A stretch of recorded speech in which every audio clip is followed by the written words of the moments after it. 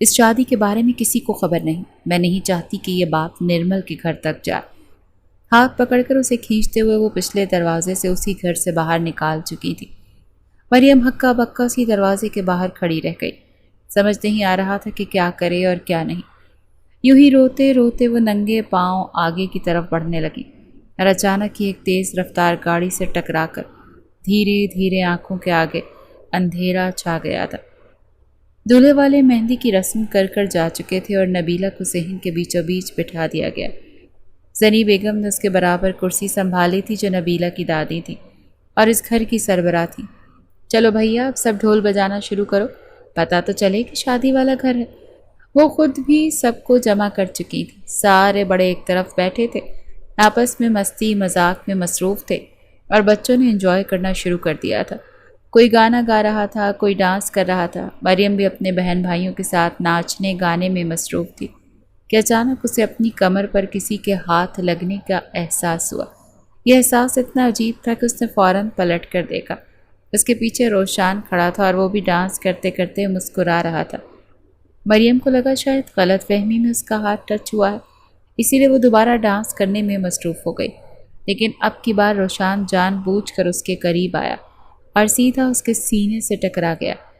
مریم گھبرا کر فوراً پیچھے ہٹی، اس نے دوپٹہ سنبھالا، دل تیزی سے دھڑکنے لگا، لیکن ڈھول کی آواز اور شور شرابے میں کسی نے کچھ محسوس نہ کیا۔ مریم کے ہونٹوں پر مسکراہٹ تھی تاکہ کوئی شک نہ کرے، مگر اس کی آنکھوں میں خوف تیرنے لگا تھا۔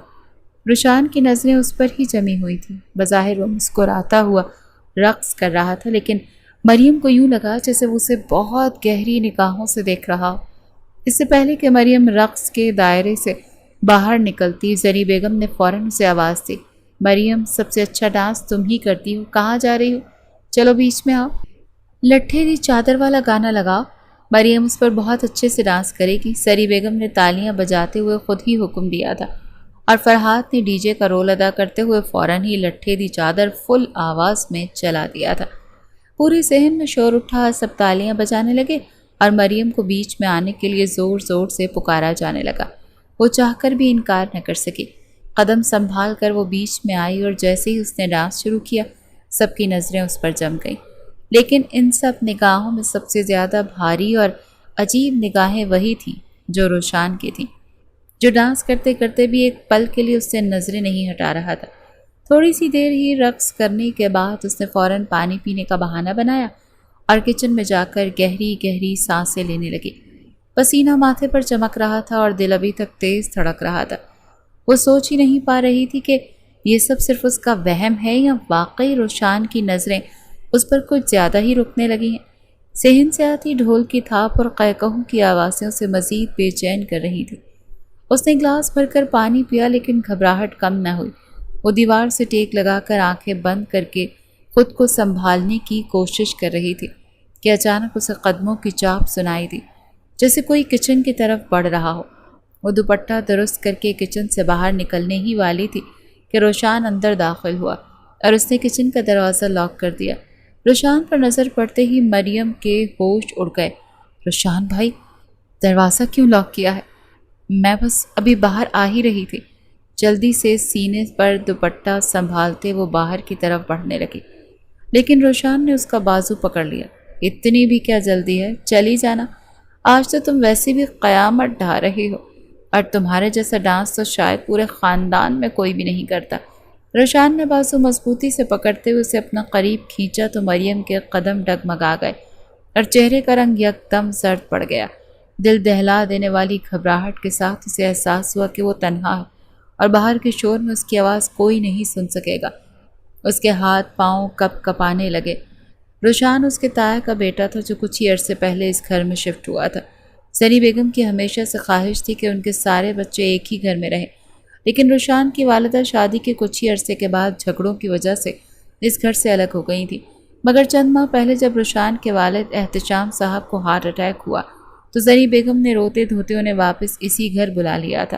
اوپر والا پورشن ان کے حوالے کر دیا گیا تھا اور تب سے روشان اس گھر کا باقاعدہ ممبر بن چکا تھا، مگر وہ باقی سب کزنز جیسا نہیں تھا۔ اس کی فطرت ہی کچھ مختلف تھی، کم بولتا تھا مگر نظریں یوں لگتی تھیں جیسے اندر تک جھانک رہی ہوں۔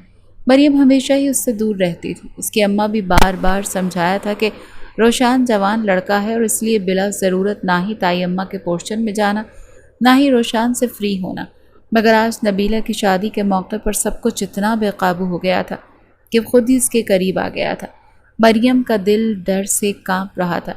باہر ڈھول کی آوازیں، قہقہے اور شور سنائی دے رہا تھا، مگر اندر کچن کی بند فضا میں خوف کا سایہ پھیل چکا تھا۔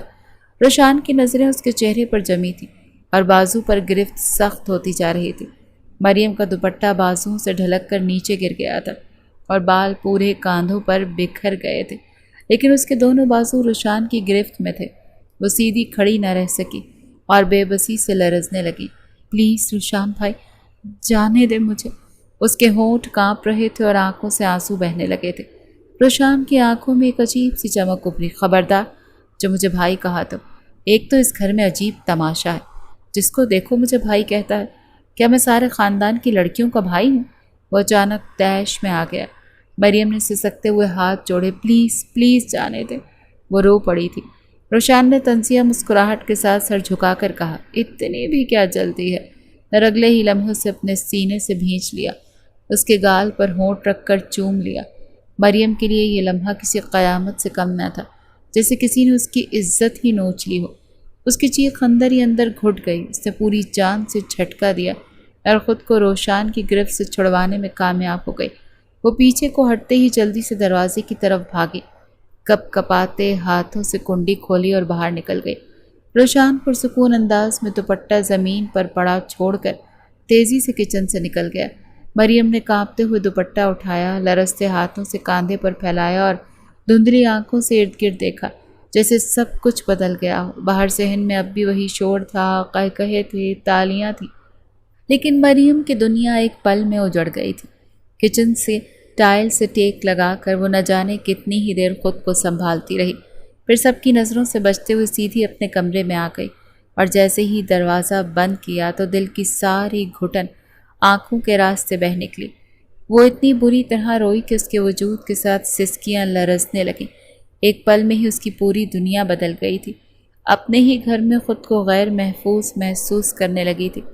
کچھ دیر ہی گزری تھی کہ کمرے کے دروازے پر دستک ہوئی۔ مریم، کہاں ہو تم؟ باہر سے نبیلہ کی آواز آ رہی تھی، جو بار بار پکار رہی تھی، چلو نا یار، تم نے تو کہا تھا میری شادی میں سب سے زیادہ رونق تم ہی لگاؤ گی۔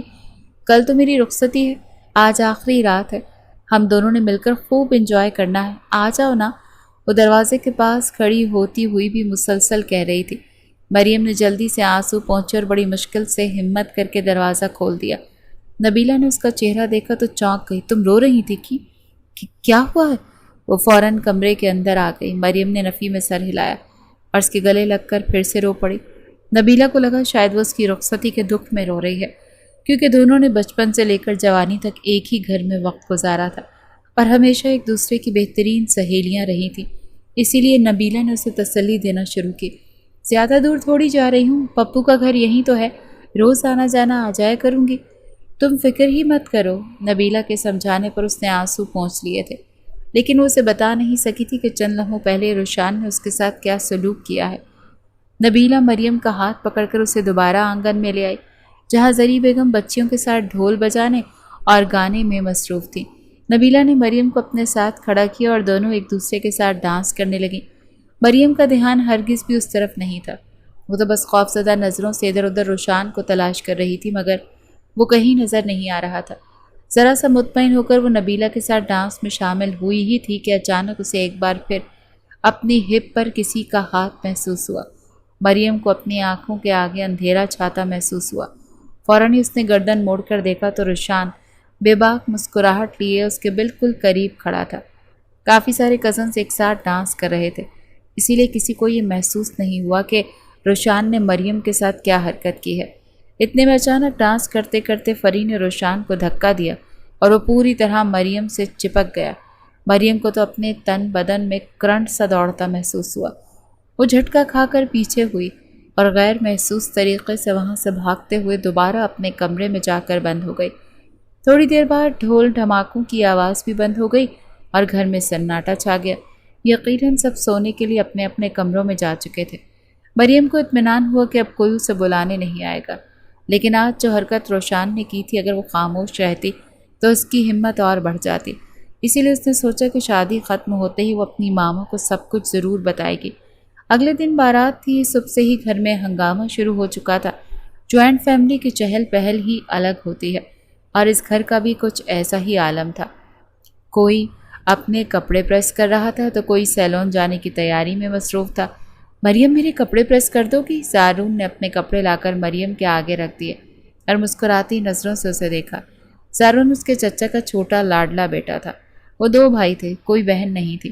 چچی جان دونوں بھائیوں کے کاموں میں اتنی مصروف رہتی کہ اکثر ان کے کپڑے بھی وقت پر استری نہ ہو پاتے، اسی لیے آج بھی زارون کے کپڑے تیار نہ تھے۔ مریم نے بغیر کچھ کہے کپڑے اٹھائے اور استری کرنے لگی۔ زارون وہیں اس کے پاس بیٹھ گیا۔ کل کیا ہوا تھا؟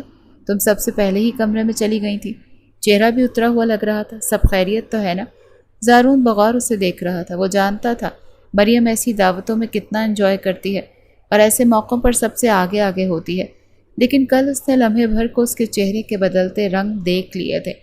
کچھ نہیں، بس تھکن ہو گئی تھی، مریم نے بہانہ بنایا۔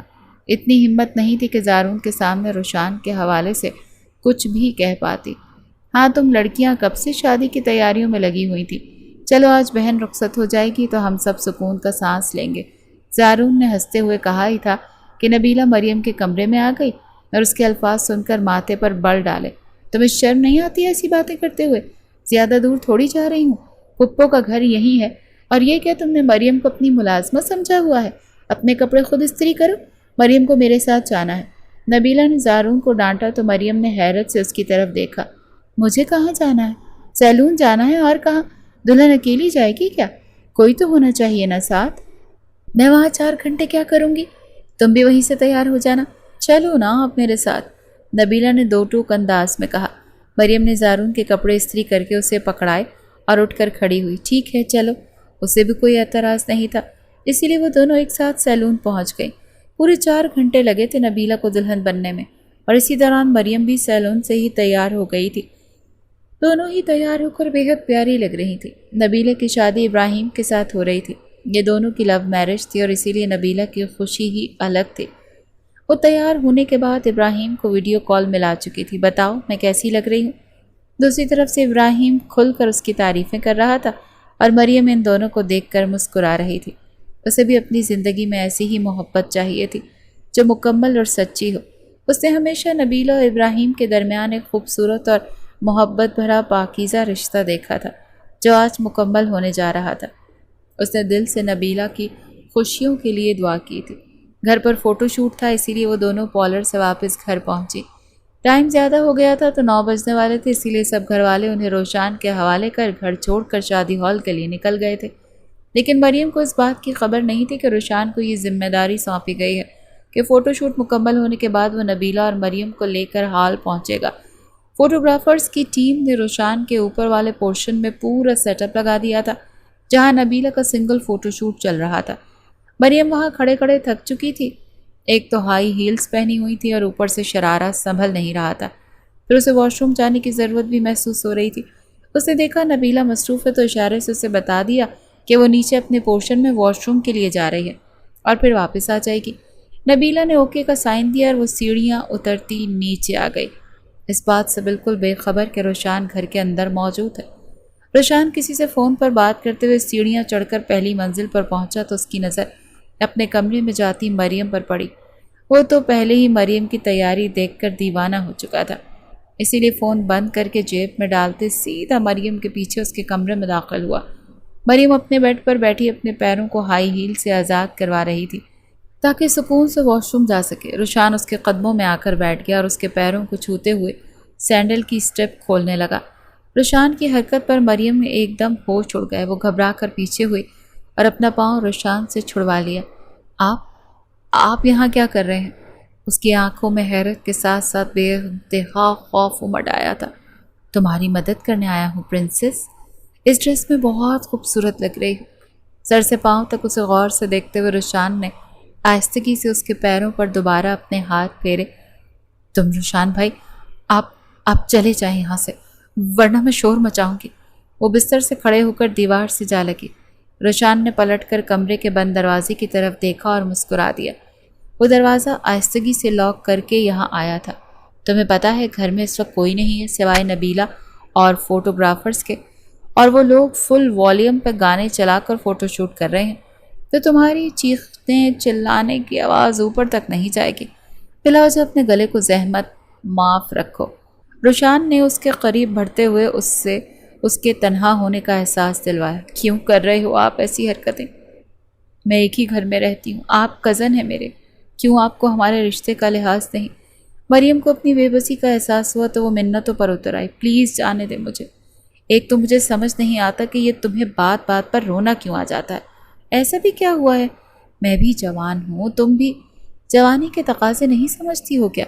زمائنی لہجے میں کہتے ہوئے اس کے نزدیک آیا اور کاندھے پر طریقے سے ڈالا اس کا دوپٹہ اتار کر اسے بٹھا دیا اور دونوں بازو سے پکڑ کر روشان گہری نگاہوں سے اس کی خوبصورتی کا جائزہ لینے لگا۔ ویسے کہیں سے بھی نہیں لگتا کہ تم ابھی 17 سال کی ہو۔ میں نے تم جیسی خوبصورت لڑکی آج تک نہیں دیکھی۔ پتہ نہیں کیوں ماما نے اتنے سال ہمیں اس گھر سے دور رکھا، ورنہ شاید میں تمہیں اپنی آنکھوں کے سامنے جوان ہوتا دیکھتا۔ گہری مسکراہٹ چہرے پر سجاتے ہوئے ایک قدم اور اس کے قریب آیا اور اس کے ہاتھوں کو دیوار سے تھام دیا۔ مریم کی سانسیں بند ہونے لگیں۔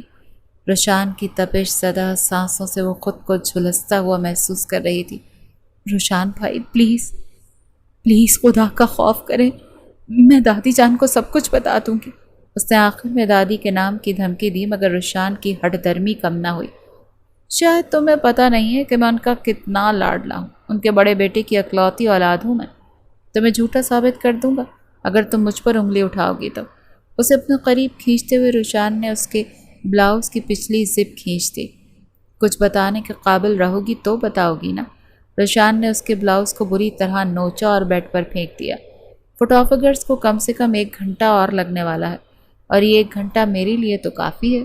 روشان نے ہنستے ہوئے مریم کے منہ پر اپنا ہاتھ جمایا، جبکہ وہ چیخ نہ سکی، اور اسے دھکا دے کر بستر پر گرایا۔ نبیلہ اور ابراہیم کی سہاگ رات تو بعد میں ہوگی، پہلے کیوں نہ ہم دونوں انجوائے کر لیں؟ اگر میرا ساتھ دو گی تو سب کچھ بہت آسانی سے ہو جائے گا، لیکن اگر ہنگامہ کرنے کی کوشش کرو گی تو تمہیں تکلیف ہوگی اور مجھے اور مزہ آئے گا۔ اسی لیے خود سوچ لو کہ کیا چاہتی ہو۔ اس نے مریم کی آنکھوں میں جھانکا، جہاں خوف اور ڈر کے ساتھ ساتھ آنسوؤں کی نمی بھی چھلک رہی تھی۔ وہ اس کے مضبوط حصار میں تڑپ کر رہ گئی، لیکن خود کو چھڑوا نہ سکی۔ بے باک نگاہوں سے وہ اسے گھورتا۔ روشان دھیرے دھیرے اس کے وجود پر اپنی گرفت مضبوط کر رہا تھا، لبوں کے قریب جھکتے ہوئے گردن سے نیچے کا سفر طے کرتا۔ وہ اس کے دل کو اپنی مٹھیوں میں دبوچ چکا تھا۔ مریم تڑپ کر رہ گئی تھی۔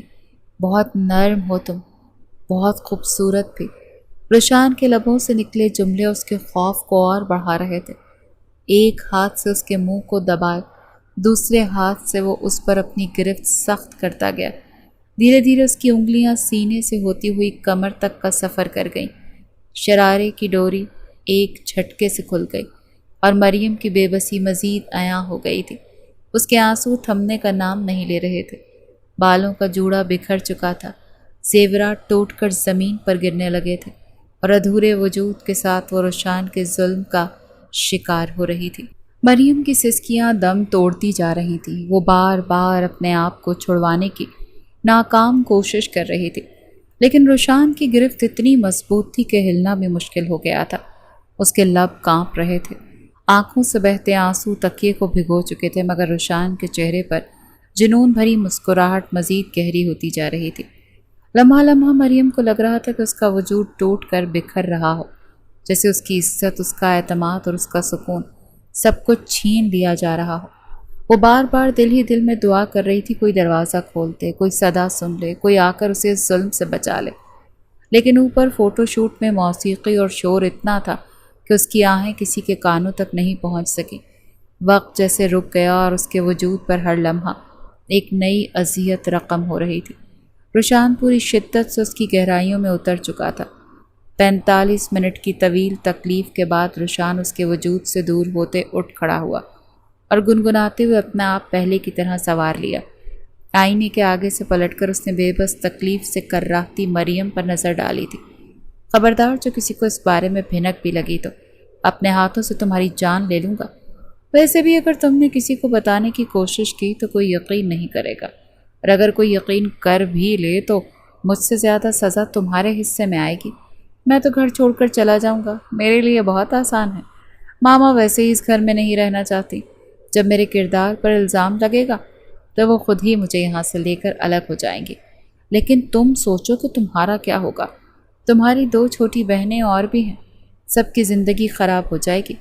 اسی لیے جلدی سے اپنا حلیہ درست کرو اور باہر آ جاؤ۔ روشان اسے دھمکاتے ہوئے باہر نکل گیا تھا، اور وہ پیٹ پکڑے بے بسی کے عالم میں یہاں وہاں بکھرے اپنے لباس کو دیکھ رہی تھی۔ اب تو وجود پر سوائے چادر کے اور کچھ باقی نہ رہا۔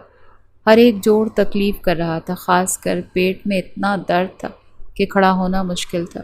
اس نے ایک نظر گھڑی پر ڈالی اور دوسری نظر زمین پر پڑے اپنے موبائل فون پر۔ کانپتے ہاتھوں سے اس نے فون اٹھایا اور اپنے بابا کے نمبر پر کال ملا دی۔ جو قیامت گزر چکی تھی اسے چھپانا اس کے بس سے باہر تھا۔ اس نے لرزتے ہاتھوں سے اپنے بابا کا نمبر ڈائل کیا اور فون کان سے لگا لیا۔ جیسے ہی کال ریسیو ہوئی وہ بلک بلک کر رونے لگی۔ بابا پلیز گھر آ جائیں، پلیز جلدی آ جائیں، وہ روتے ہوئے کہہ رہی تھی، اور اس بات سے بے خبر کہ فون پر دوسری طرف اس کے بابا نہیں بلکہ کوئی اور موجود تھا۔ فون بند کرتے اس نے جیسے تیسے واپس اپنا شرارہ چڑھایا اور خود کو دوپٹے میں لپیٹ لیا۔ روشان تو نہ جانے کہاں چلا گیا تھا، لیکن اس کی سچائی چھپا کر وہ اسے معافی نہیں دے سکتی تھی۔ اسی لیے اس نے فیصلہ کیا تھا کہ چاہے جو ہو جائے وہ سب کو سب کچھ بتا دے گی۔ وہ مشکل 15 منٹ گزرے تھے اور اسے بابا کی گاڑی کی آواز سنائی تھی۔ وہ خوف سے تھر تھر کانپنے لگی تھی۔ بابا جان کو بلوا تو لیا تھا، لیکن اب انہیں کیسے بتاتی کہ اس پر کیسی قیامت بیت چکی تھی۔ وہ کمرے میں بیٹھی تھر تھر کانپ رہی تھی کہ جب اس کے کمرے کا دروازہ کھلا، لیکن اندر داخل ہونے والے اس کے بابا حشمت صاحب نہیں بلکہ زارون تھا، جو پھٹی پھٹی نگاہوں سے اسے دیکھ رہا تھا۔ کیا ہوا ہے مریم، سب خیر تو ہے؟ وہ تیزی سے اس کے نزدیک آیا تھا۔ بستر کے نیچے پڑی ہوئی چادر، مریم کی آنکھوں کا پھیلا کاجل اور اس کی حالت بتا رہی تھی کہ اس پر کیسی قیامت بیت چکی ہے۔ سارو، آپ بابا کہاں ہیں؟ وہ روتے ہوئے اپنے بابا کے بارے میں پوچھنے لگی۔ بڑے بابا جان کا فون میرے پاس تھا، وہ کیٹرنگ سروس والے کے پاس گئے ہوئے تھے اور فون مجھے پکڑا گئے تھے تاکہ میں گیسٹ کو لوکیشن بتا سکوں۔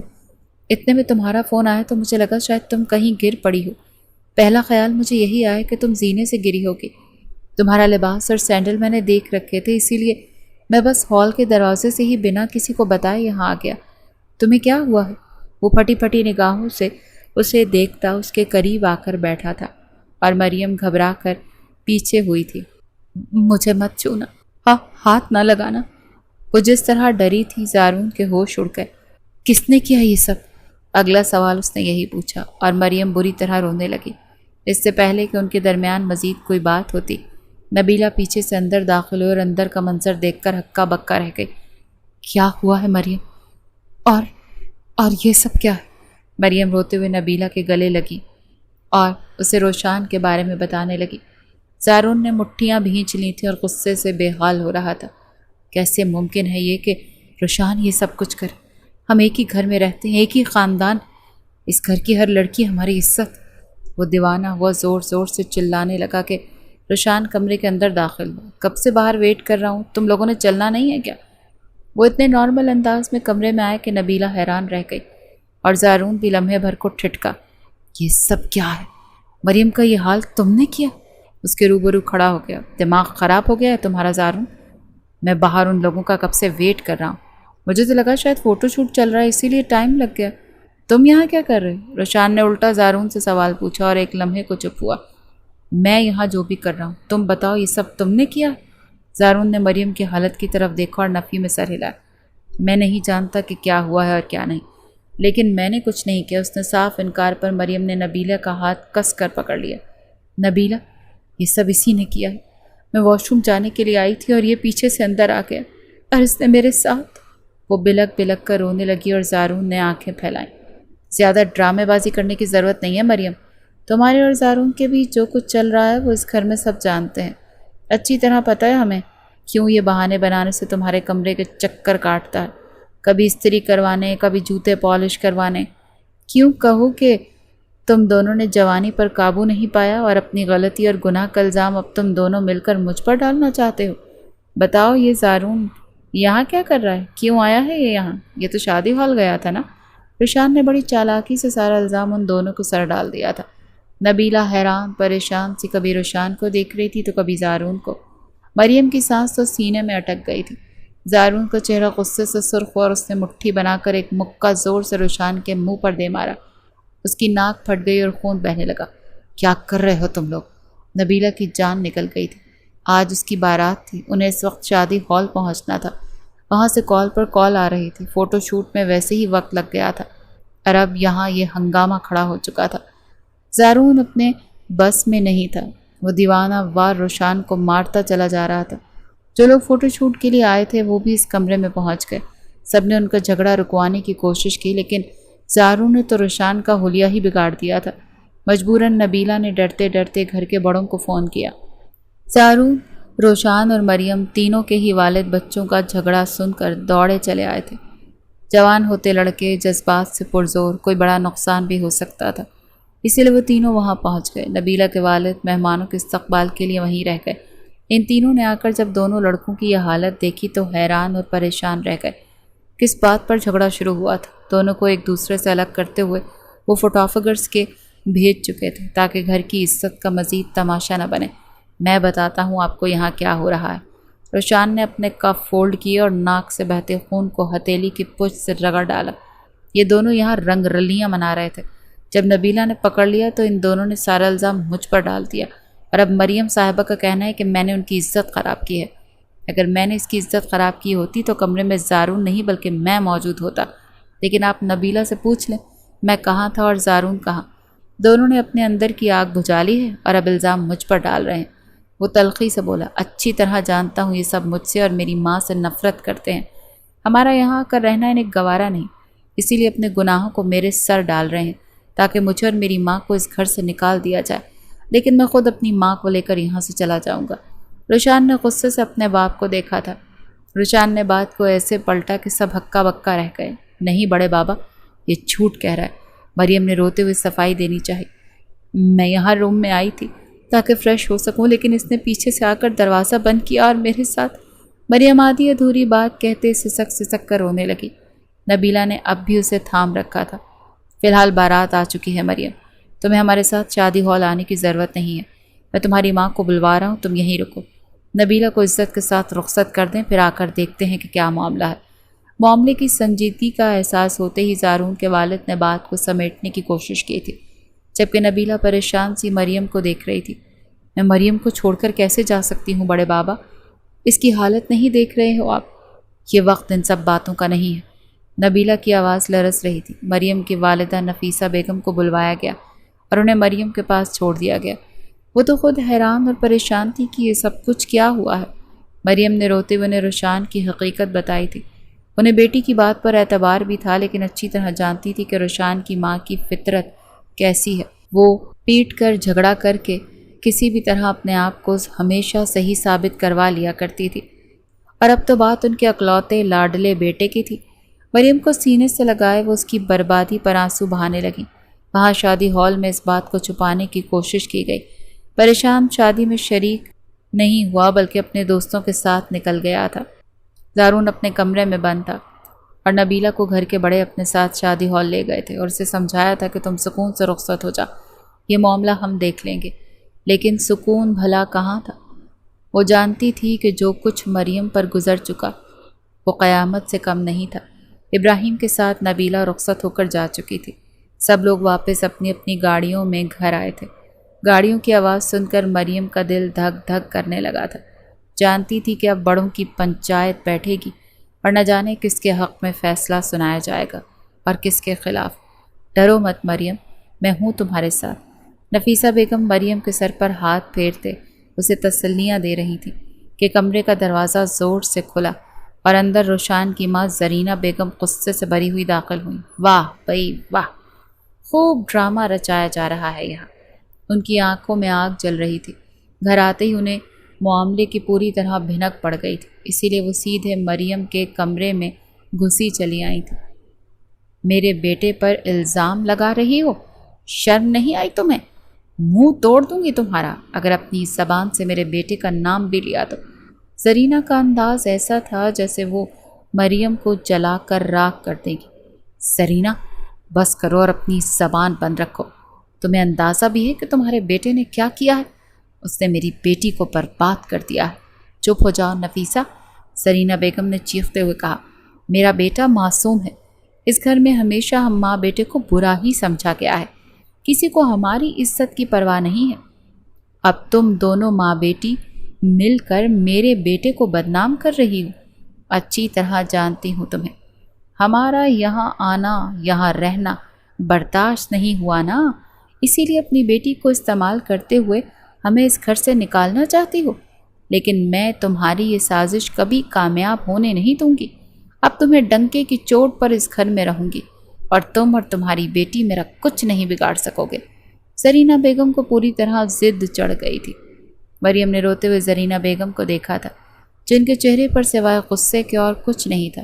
بڑی ماما، میں کیوں اپنے اوپر ایسا دھبا لگاؤں گی؟ آپ کے بیٹے نہیں۔ لیکن زرینہ بیگم نے اس کی بات کو کاٹتے ہوئے کہا، چپ رہو لڑکی، اپنے گناہوں کو میرے بیٹے پر مت ڈالو۔ یہ سب تمہاری اور زارون کی سازش ہے۔ بس زرینہ، نفیسہ بیگم نے کڑک دار آواز میں کہا، ہمیشہ تمہارے تیور ہی دیکھے ہیں، مگر آج یہ بات یہاں ختم نہیں ہوگی۔ میں اماں جان کے سامنے سب رکھوں گی۔ تمہارا بیٹا کیسا ہے اور تمہاری تربیت کیسی، یہ ہم سب جانتے ہیں۔ یہ سن کر زرینہ بیگم کے چہرے کا رنگ سرخ ہو گیا۔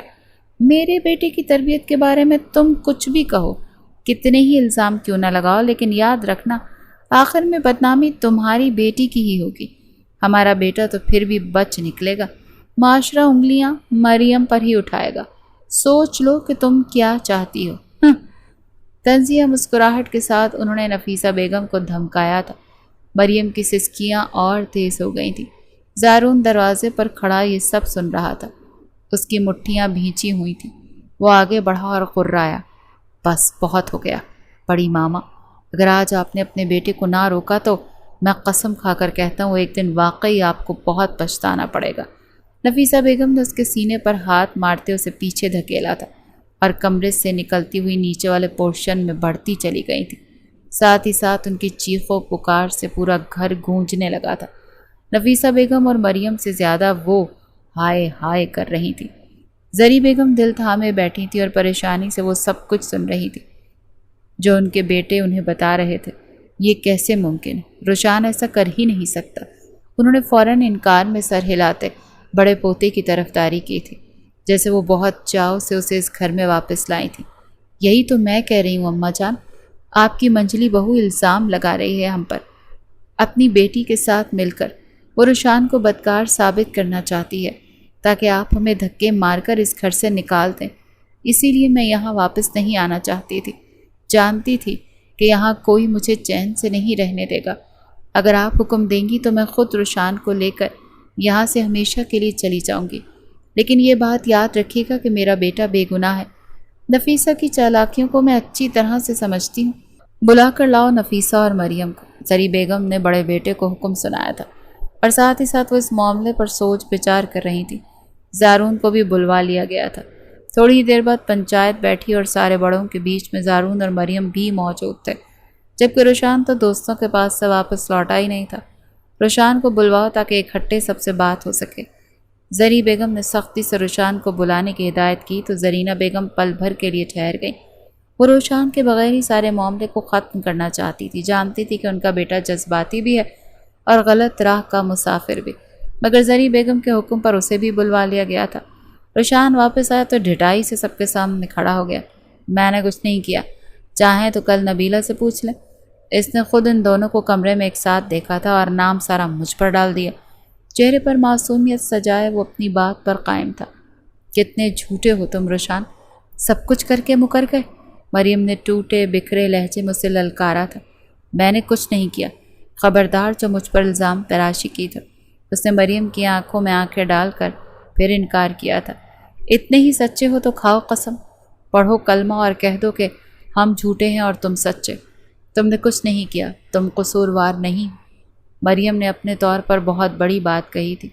اسے یقین تھا کہ روشان کلمہ پڑھ کر کبھی جھوٹ نہیں کہے گا، لیکن وہ بھول گئی تھی کہ زرینہ بیگم کی تربیت میں سوائے کوتاہیوں کے اور کچھ نہیں تھا۔ میں کلمہ پڑھتا ہوں اور قسم بھی اٹھاتا ہوں کہ میں نے کچھ نہیں کیا۔ جو کچھ کیا ہے وہ زارون اور مریم نے مل کر کیا ہے۔ مسکراتے ہوئے اس دن نہ صرف کلمہ پڑھا تھا بلکہ ساتھ ہی جھوٹی قسم بھی اٹھائی تھی، اور مریم کے قدموں تلے سے زمین نکل گئی تھی۔ یقین تو زارون کو بھی نہ آیا تھا، وہ بھی یکٹک روشان کی طرف دیکھ رہا تھا۔ زری بیگم غصے سے لاٹھی زمین پر ٹیکتے کھڑی ہو گئیں۔ یہ کیا ہو رہا ہے ہمارے گھر میں، ہماری ہی ناک کے نیچے؟ تم دونوں اتنے بے شرم ہو گئے۔ اگر ایسی ہی محبت کی آگ لگی تھی تو ہمیں کہہ دیتے، ہم خود تم دونوں کی شادی کرواتے۔ زری بیگم نے روشان کی قسم کے آگے مریم اور زارون کی صفائی لینے کی کوشش ہی نہیں کی تھی۔ مریم کو تو جیسے چپ لگ گئی، اور وہاں موجود باقی لوگ بھی اس کی قسم کے بعد پوری طرح سے خاموش تھے۔ کوئی کیسے سوچ سکتا تھا کہ روشان جیسا پڑھا لکھا اور جوان شخص اتنی بڑی جھوٹی قسم اٹھا سکتا ہے؟ اسی لیے ہر کوئی مشکوک نگاہوں سے مریم اور زارون کو دیکھ رہا تھا۔ زری بیگم کی گرجدار آواز پورے گھر میں گونج گئی تھی، قاضی کو بلواؤ، ابھی اور اسی وقت مریم اور زارون کا نکاح پڑھایا جائے گا۔ ہر طرف سناٹا چھا گیا، سب اپنی جگہ جیسے جم سے گئے تھے۔ نفیسہ بیگم کے تو تن بدن میں آگ لگ گئی، وہ چیخ اٹھی، یہ آپ کیا کہہ رہی ہیں اماں؟ قصور تو روشان کا ہے، اس نے میری بیٹی کو برباد کیا اور سزا مریم کو دی جا رہی ہے، کیا انصاف ہے یہ؟ ان کے شوہر نے فوراً انہیں گھور کر دیکھا اور دبے مگر سخت لہجے میں کہا، بس کرو نفیسہ، اپنی زبان قابو میں رکھو، یہ سب بڑے لوگ فیصلہ کریں گے، عورتوں کے چیخنے چلانے سے کچھ نہیں ہوتا۔ کیا مطلب کچھ نہیں ہوتا؟ نفیسہ بیگم کی ہچکیوں کے ساتھ چیخیں کمرے میں گونجی۔ میری بیٹی پر قیامت ٹوٹ پڑی ہے اور آپ سب اسے ہی سزا دینے پر تلے ہیں، یہ کون سا انصاف ہے؟ زری بیگم نے لاٹھی زمین پر مارتے ہوئے کہا، چپ کر جا بہو، عزت بچانی ہے اس گھر کی۔ کل کو لوگ باتیں بنائیں گے کہ شوہر کے جانے کے بعد زری اپنے گھر کی عزت بھی نہ سنبھال سکی۔ میں نے فیصلہ کیا ہے، یہی بہتر ہے۔ زری بیگم کو اپنے نام نہاد خاندان کی فکر ستا رہی تھی۔ مریم نے سسکیاں لیتے ہوئے نفیسہ کے آنچل کو پکڑ لی۔ امی، میں قصوروار نہیں ہوں، میں نے کچھ غلط نہیں کیا۔ اس کی ٹوٹی پھوٹی آواز نے سب کا دل ہلا دیا، مگر زری بیگم کا دل پتھر بنا رہا۔ زارون نے آگے بڑھتے ہوئے کانپتے لہجے میں کہا، پر دادی جان، یہ زبردستی ہے۔ مریم کی حالت دیکھیں آپ، وہ ابھی سب کے لیے تیار نہیں ہے۔ یہ نکاح کسی سزا کی طرح ہوگا، رشتے کی طرح نہیں۔ زارون کو سب سے زیادہ مریم کی فکر تھی۔ وہ جو اسے دل ہی دل میں چاہتا تھا، اس کی ایسی حالت پر تڑپ اٹھا تھا۔ اس کا بس چلتا تھا وہ روشان کی جان لے لیتا۔ کافی حد تک تو وہ روشان کا منہ توڑ ہی چکا تھا، لیکن ابھی اسے قبر میں اتارنا باقی تھا۔ روشان پیچھے کھڑا یہ سب سن کر زیر لب مسکرا رہا تھا، جیسے ہر الزام سے بچ نکلنے کا مزہ لے رہا ہو۔ کمرے کا ماحول آگ کی طرح بھڑک رہا تھا۔ ایک طرف نفیسہ بیگم اپنی بیٹی کے حق کے لیے چیخ رہی تھی، تو دوسری طرف زری بیگم اپنی انا اور خاندان کی عزت کے نام پر فیصلہ تھوپ رہی تھی، اور بیچ میں مریم ٹوٹی ہوئی اپنی قسمت کے فیصلے کی منتظر تھی۔ لیکن اس کے علاوہ بھی ایک وجود تھا جو اس سارے معاملے پہ بس ہکا بکا ایک طرف خاموش کھڑا تھا، اور وہ زارون کی ماں اقرا بیگم تھی۔ زری بیگم نے جب نکاح کا فیصلہ سنایا تو اقرا بیگم کو ہوش آیا۔ وہ فوراً ہی میدان میں اتر آئیں۔ یہ کیسے ممکن ہے؟ میرا بیٹا ایسا کچھ نہیں کر سکتا، اور اس طرح تو ان دونوں کا نکاح بھی نہیں ہو سکتا۔ زارون کے لیے میں نرمل کو پسند کر چکی ہوں، اور وہی میری بہو بنے گی۔ انہوں نے ساس کے آگے آواز اٹھانے کی ہمت کی تھی، لیکن وہ بھول چکی تھی کہ اس گھر میں صرف اور صرف زری بیگم کا حکم چلتا ہے، اور آخر کار زری بیگم نے اپنے بیٹوں کو اپنے فیصلے سے آگے جھکا لیا تھا۔ اقرا بیگم چاہ کر بھی کچھ نہ کر سکی۔ مریم اور نفیسہ کا رونا دھونا بیکار گیا۔ حاجی صاحب کو آدھی رات کو بھی ڈھونڈ کر لے کر آیا گیا۔ دونوں کا نکاح سادگی کے ساتھ اسی وقت پڑھوا دیا گیا۔ مریم کو تو کچھ ہوش نہیں تھا، لیکن زارون، اس نے قہر برساتی نظر سے روشان پر ڈالی تھی۔ مریم آنسو بہاتے بہاتے بے دم ہو کر صوفے سے ٹیک لگائے بیٹھی تھی۔ اس کے کانوں میں قاضی صاحب کی آوازیں گونج رہی تھیں، مگر دل اور دماغ سن ہو چکے تھے۔ زارون کے دل میں آگ بھڑک رہی تھی۔ وہ بار بار روشان کی طرف دیکھتا جو اتنا پرسکون کھڑا تھا جیسے سب کچھ اس کے قابو میں ہو۔ نفیسہ بیگم نے اپنی بیٹی کو سینے سے لگایا، مگر زری بیگم کا حکم ایسا تھا کہ کوئی دم بھی نہ مار سکا۔ زارون کے قدم بے اختیار روشان کی طرف بڑھے۔ یہ سب تمہاری وجہ سے ہوا ہے، اور تم یہ سمجھ لو روشان کہ میں تمہیں کبھی معاف نہیں کروں گا۔ اس کے لہجے میں زہر گھلا ہوا تھا۔ روشان نے ہلکی سی مسکراہٹ کے ساتھ شانے اچکائے۔ کیا ہو زاروں؟ اب تو تمہیں وہ مل ہی گئی ہے جسے تم بچانے کے لیے چیخ رہے تھے۔ باقی کہانی کل سن لیں گے۔ یہ کہہ کر وہ کمرے سے باہر نکل گیا۔ زارون کی مٹھیاں سختی سے بند تھیں اور مریم کی حالت ایسی تھی جیسے کسی نے اس کی روح ہی نوچ لی ہو۔ زری بیگم نے زارون کو حکم سنایا کہ وہ مریم کو اپنے کمرے میں لے جائیں۔ اقرا بیگم درمیان میں پھر بولنے کی کوشش کر رہی تھی، مگر زری بیگم نے صرف آنکھوں ہی سے انہیں خاموش کرا دیا۔ زارون مریم کو لے کر اپنے کمرے میں گیا، مگر مریم کی حالت ہر گزرتے لمحے کے ساتھ بگڑتی جا رہی تھی۔ کبھی وہ اپنے منہ پر تھپڑ برساتی تو کبھی بالوں کو نوچنے لگتی۔ وہ ساری خوبصورتی، وہ سارے زیور، لباس، سب کچھ اس کی بربادی کی علامت بن گئے۔ زارون خود اپنے آپ کو سنبھالنے کی کوشش کر رہا تھا، لیکن صبر کا پیمانہ لبریز ہو چکا تھا۔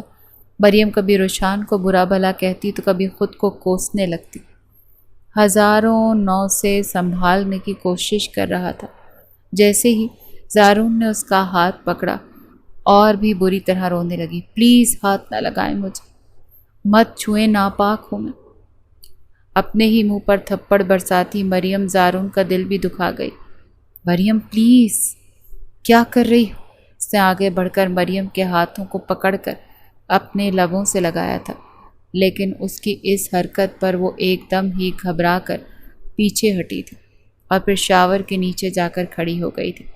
زارون جیسے تیسے اسے سنبھال کر بستر پر لایا تھا اور اسے اپنے ساتھ سلا لیا تھا، مگر اگلی صبح وہ فجر کی نماز ادا کرنے گیا اور اقرا بیگم نے ساری رات کا غصہ بیچاری مریم پر نکال دیا اور اسے گھر کے پچھلے دروازے سے باہر کر دیا۔ مریم کا حال اتنا برا تھا کہ وہ ننگے پاؤں ہی سڑک پر چلنے لگی۔ اسے کچھ سمجھ نہیں آ رہا تھا اور اتنے میں تیز رفتار گاڑی نے اسے بری طرح ہٹ کیا اور اس کی آنکھوں میں اندھیرا چھا گیا۔ جب آنکھ کھلی تو وہ اسپتال کے بستر پر زارون اس کے سرہانے کھڑا تھا، ساتھ ہی نفیسہ بیگم بھی موجود تھی۔ ہوش میں آتے ہی وہ پھر سے رونے لگی۔ زارون نے آگے بڑھ کر سینے سے لگاتے اسے سنبھال لیا تھا۔ سب کو پتہ چل گیا تھا کہ اقرا بیگم نے اسے گھر سے نکالا تھا۔ زارون نے سختی سے اپنی ماں سے کہہ دیا تھا کہ اب مریم اس کی بیوی ہے اور انہیں ہر حال میں مریم کو قبول کرنا ہوگا۔ وہ مریم کو ہمارے پاس گھر لے آیا تھا۔ خدا کا شکر تھا کہ زیادہ گہری چوٹیں نہیں آئی تھیں، مگر وہ اپنے کمرے میں بند ہو گئی تھی۔ وہ گھاؤ دل پر لگے تھے، وہ بھلا کیسے اتنی جلدی بھر سکتے تھے؟ اور پھر اس حالت میں جب روشان دن رات ان کے سامنے تھا، کلمہ پڑھ کر، جھوٹی قسم کھا کر، وہ سب کے سامنے سرخرو ہو چکا تھا۔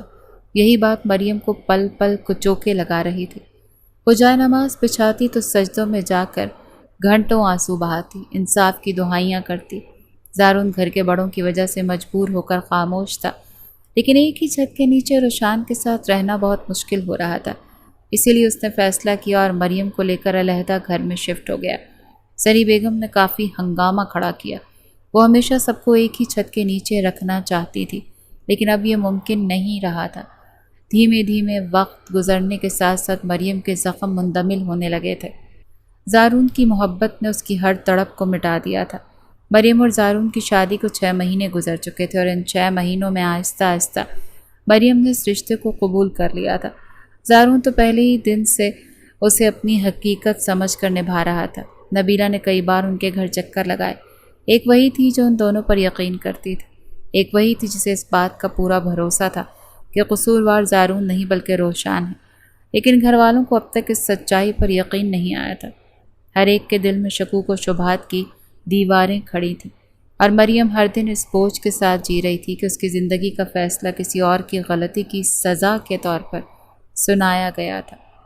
انہیں گھر چھوڑنا پڑا تھا، لیکن روشان آج بھی اسی گھر میں تھا۔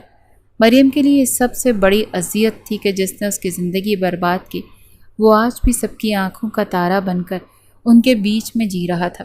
زارون بارہا اپنے والد سے بات کر چکا تھا کہ روشان کو اس گھر سے نکالا جائے، لیکن زری بیگم اپنی ضد پر قائم تھی اور ماننے کو تیار نہیں تھی کہ ان کا لاڈلا پوتا کسی ایسی گھناؤنی حرکت کا مرتکب ہو سکتا ہے، اور پھر وہی ہوا جو کسی کے وہم و گمان میں بھی نہیں تھا۔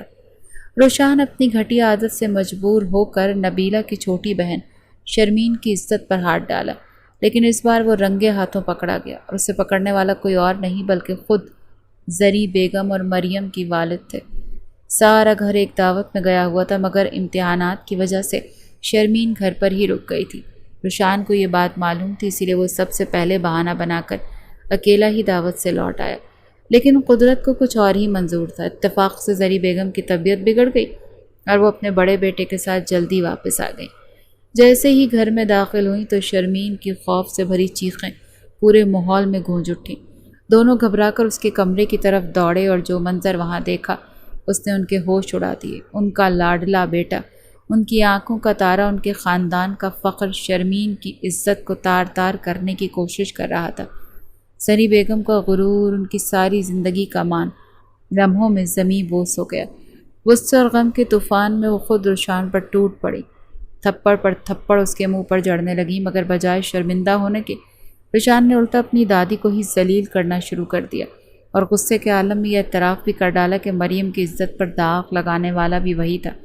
یہ سن کر مریم کے والد کے صبر کا پیمانہ لبریز ہو گیا۔ انہوں نے فوراً پولیس کو بلایا اور اپنے ہاتھوں سے روشان کو قانون کے حوالے کر دیا۔ اس پر روشان کی ماں نے طوفان برپا کرنے کی کوشش کی، چیخو پکار، الزام تراشی، رونا دھونا، مگر اب کسی نے ان کی ایک نہ سنی۔ سب جان چکے تھے کہ ان کی غلط تربیت اور اندھے لاڈ پیار نے ہی ایک درندہ پیدا کیا ہے، اور اب اس درندے کو قابو میں لانے کا واحد راستہ یہی تھا کہ اسے جیل کی سلاخوں کے پیچھے بھیج دیا جائے۔ زری بیگم کو اپنی ساری زندگی کی سب سے بڑی غلطی کا احساس ہو چکا تھا۔ انہوں نے مریم اور زارون کے سامنے آنسو بہاتے ہوئے معافی مانگی اور دونوں کو عزت اور احترام کے ساتھ واپس گھر لے آئیں، لیکن روشان کی ماں اور باپ اس رسوائی کے بعد دوبارہ اس گھر میں رک نہ سکے۔ وہ اپنا سامان سمیٹ کر چلے گئے۔